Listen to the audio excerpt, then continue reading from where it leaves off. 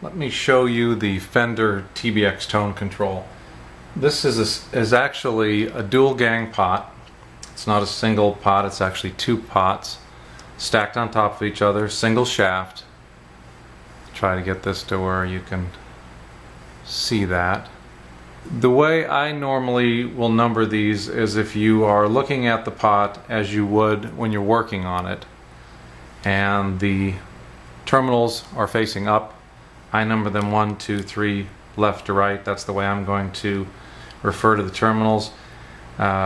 Mostly that's because when the pot is fully counterclockwise, which you kind of tend to think of as off, the beginning point, if you will, the wiper in the center is connected to this terminal on the left. So I'm going to call that number 1. When you turn it all the way to clockwise, the wiper goes around. It's obviously backwards here because we're talking about counterclockwise and clockwise on the knob. When you turn it clockwise on the knob, the wiper goes around and then is connected to terminal 3 on the right hand side. So let's take a look at how this measures out. I put the knob on so that it lines up with the center pins. So there's one. The center position, the center detent, turns out to be 5.5 on the knob. Because it isn't 0, it doesn't go from 0 to 10, it goes from 1 to 10. There are actually only 9 positions, if you think of it that way. So the center detent actually is 5.5, not 5. And then there's fully clockwise at 10. So the way I look at this pot, if you are holding it like this, like you would normally think of it installed in the guitar with the knob up, the top pot is the 1 meg log rhythmic pot, and the bottom pot is, think of it as a 250K no load tone pot, except it goes no load in the center position, but we'll talk about that. Let's see how this thing measures out. So first of all, this top pot is going to measure just under 1 meg. On this one, 946K end to end. The bottom pot is going to measure open because it is a no-load pot. So the trace actually doesn't have continuity all the way across, and once we take it apart, we'll take a look at that. So let's start with the 1 meg. This is an interesting pot. It isn't exactly a 1 meg log. It's closest to a log. It's certainly not linear, and I kind of think of it as a custom log pot, but let's take a look at it. So at the 4 meg scale, if I go from 1 to 5.5 all the way to the center detent where it drops in, and you can kind of see that on the knob. I don't know if it'll pick up on the camera there, that it kind of drops, the knob actually drops down a little bit in the center detent. At that point, at that scale, it looks like it's just a solid wire all the way.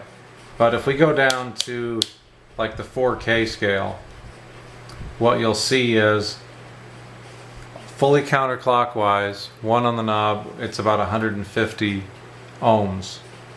It's not quite 0 ohms all the way down there. And as you go up, it tracks up to where it drops in the center detent. It's about 1.2K. Now if this were a logarithmic pot, you would expect that to be 10% of the value. So at that center point, that would be about 100K. Instead, it's more like 1K. And it tracks as it goes along. You can think of that as that. I mean, it looks fairly linear from 1 to 2. Goes to 372, 2 to 3, we're at 629, to 4, we're at 853, at 5, we're at right about 1K, and then once it drops in, it's about 1.2. From there, it goes up pretty quickly as you roll off of the detent up to about 6. Now we're about 2K.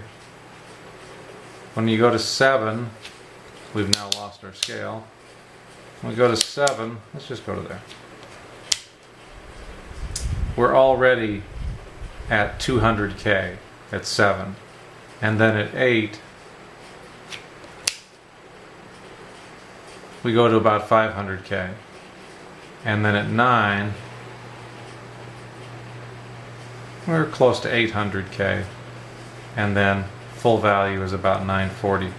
Now again, if this were a true logarithmic pot, you would expect about 9 on this scale to be about 500, and then there's a steep jump at the end. So it's not quite what you would think of as a textbook logarithmic pot, but it's not quite what I'd hoped for either for my modified TBX tone pot setup, but we'll get to that later.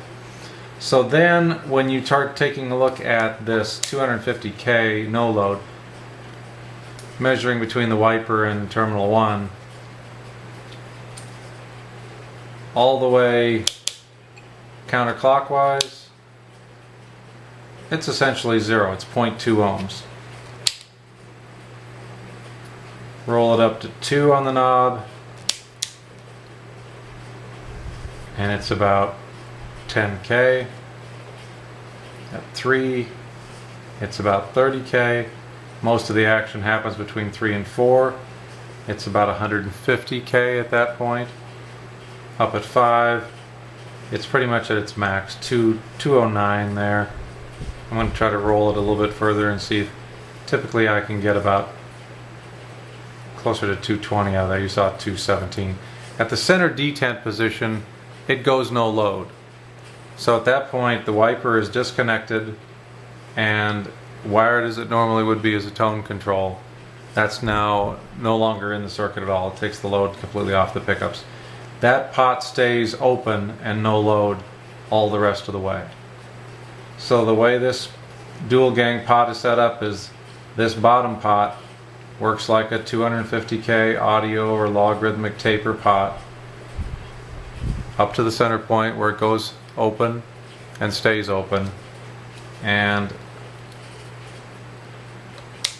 the 1 meg pot is kind of logarithmic, but it stays pretty much at no resistance to the center point, and then it comes in and starts to add resistance as you go clockwise from the center position. Alright, so let me go ahead and take this apart and let's take a look at the insides, but I'm going to go ahead and pull the knob off. It's a standard CTS pot in the sense of how it's assembled. It's a couple of CTS pots on top of each other, which also means that you can take these apart. If you like this center detent functionality and you wanted something else, you could actually take the inserts, the carbon trace inserts from other CTS pots and swap them out on here. I'm just going to use a small screwdriver. There are 4 tabs around here that hold this threaded bushing, hold the threaded bushing on. So I'm just going to take a small screwdriver, slip it underneath there, bend those tabs up, bend them up vertical, or vertical, enough that I can remove the threaded bushing. It looks like you have to take that apart, but you don't. You just pop those 4 tabs, pull that off, set it aside, and this is what's actually making the pot work. So this is what I'm calling the top pot when it's in its kind of normal installed position, and this is the 1 meg kind of custom logarithmic taper pot, and it does look like a standard pot with typical carbon trace that goes all the way around. If this were kind of ideal for my purposes of the modified, I'd like to see a conductive strip here instead of on the first half, so that it would actually stay at 0 ohms all the way to the center detent. I'm actually thinking about getting some conductive, some of the silver conductive paint and modifying one of these to do some of those, but we'll deal with that in another video. So that's what that looks like. Within here you have a single shaft. The wiper is on this carrier assembly. It's greased on the bottom. Wiper has a couple of fingers. Pretty typical CTS kind of stuff. and that grease is what gives it some resistance. So some people like to remove that, some people like to put thicker grease in there, if they, depending on whether you want more resistance when you turn or you want it real fast. This one's a little bit different than a typical dual gang pot. It doesn't have a little C clip in there. It does have 4 more of those tabs, which you may or may not be able to see. There's 4 tabs in there, same type of thing. Little screwdriver in there, bend those up vertical. This is a very similar disassembly and assembly process to a regular CTS dual gang pot. So if you're wanting to take a dual gang pot and change out the elements, I think they typically come with one that's 250 and one that's 500. So if you want them both to be 250 or both to be 500, you get some other CTS pots. They all use the same the size. These rings, this assembly is standardized on their pots, so you can swap them around.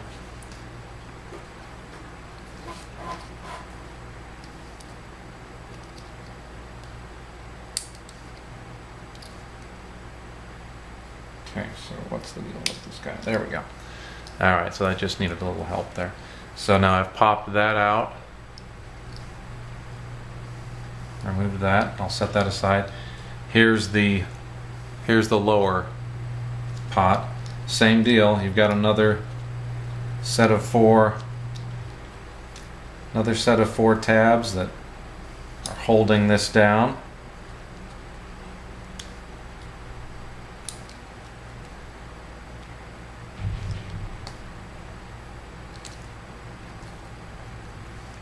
And it's a little bit different than the other one. It's just kind of there's no threaded bushing, it's just a little kind of a U-shaped clip. And that gets me, I didn't quite have enough, didn't get those quite enough vertical. Let me just use the pliers on them.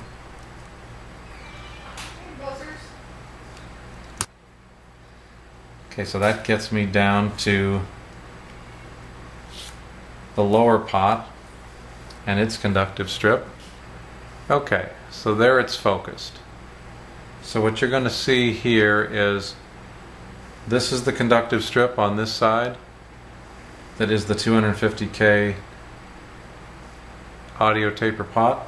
And right here, there's a silver end to it that the wiper can hit and get full value. And then this is all just plastic. There's no conductive strip at all. That's why when you measure from terminal 1 to terminal 3, it's always going to show you open, because there is no conductive strip at all there. It's just plastic. So that's how that looks. There's another inside there. There's the wiper with the fingers that make contact. They're right there. When you look at these cans, when it's time for reassembly, one side has a notch cut out of it. The other side is the full side of the case is there, so you can see that. The terminals, it goes face down, conductive strip face down, it drops in there. The terminals go on the side that has the cutout in it. You can kind of set that down. Now this little U-shaped piece is going to go in there. See if I can try to get out of the way a little bit so you can see what I'm doing. That's going to go on top. Same thing here. I'm just going to use a screwdriver, bend those tabs back down. Just want to get to Russian. Okay. Alright, so that's that. I'll use a needle nose to kind of snug them up. So the goal there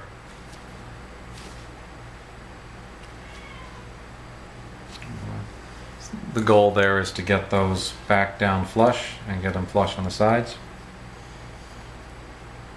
Next thing in is this other can. You want to make sure you line it up so that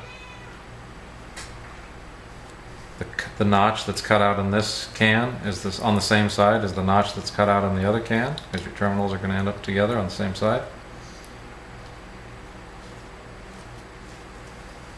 Try to do it this way so that you can kind of see that. Just kind of snap that together. Make sure that that's down in place. If this were a regular dual gang pot, there would actually be a metal shaft in here. Oh, I know what I'm thinking. I'm thinking the dual concentric, where you have 2 knobs and 2 shafts, and there's actually a metal shaft in here with a C-clip that holds it in. When you disassemble it, you have to pull the C-clip out, and when you reassemble it, you have to put that shaft will be attached to the lower pot, and there's a little C-clip that has to clip back in there. So this isn't quite as instructive as I'd hoped it to be. I was thinking they'd be very similar to the other, and I could just have the one video for both. But okay, so I've got the can snapped into place, the upper can. Now I've got to bend those 4 tabs back down that were in there. I think I'm going to start with a screwdriver first and probably finish it with needle nose pliers, but just going to lay them back down flat.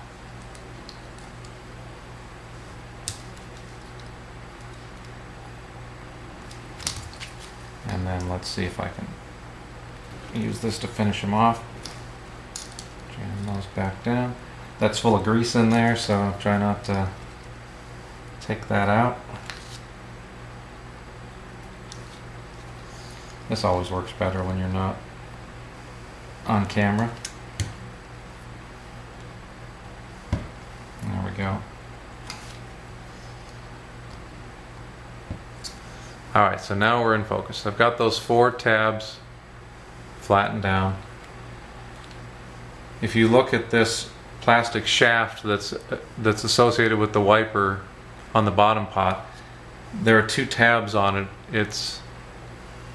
One is wider than the other, and if you look at the bottom of this carrier, one of the notches is wider than the other. So there's only one way this can go back, and you have to kind of look at those 2 pieces and see and line up wider notch with wider tab and narrow notch with narrow tab and drop that in there.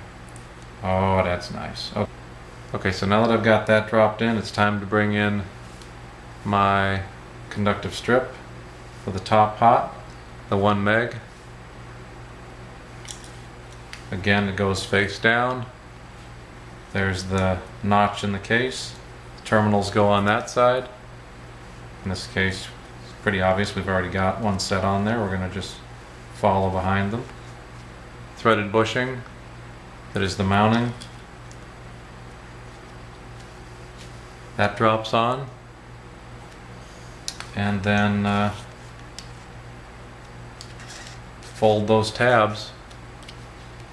Fold the tabs back down. I'm using a pair of needle nose pliers. Let's see if I can show that there. Pushing them forward as I go down so that I can get them so they end up flush on that outside edge.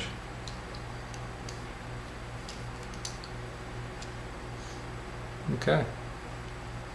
So there it is, it's back together. And let's just confirm that everything functions, and just to reiterate, the bottom pot is 250K audio taper pot that goes no load at the center detent and stays there the rest of the way. And the top pot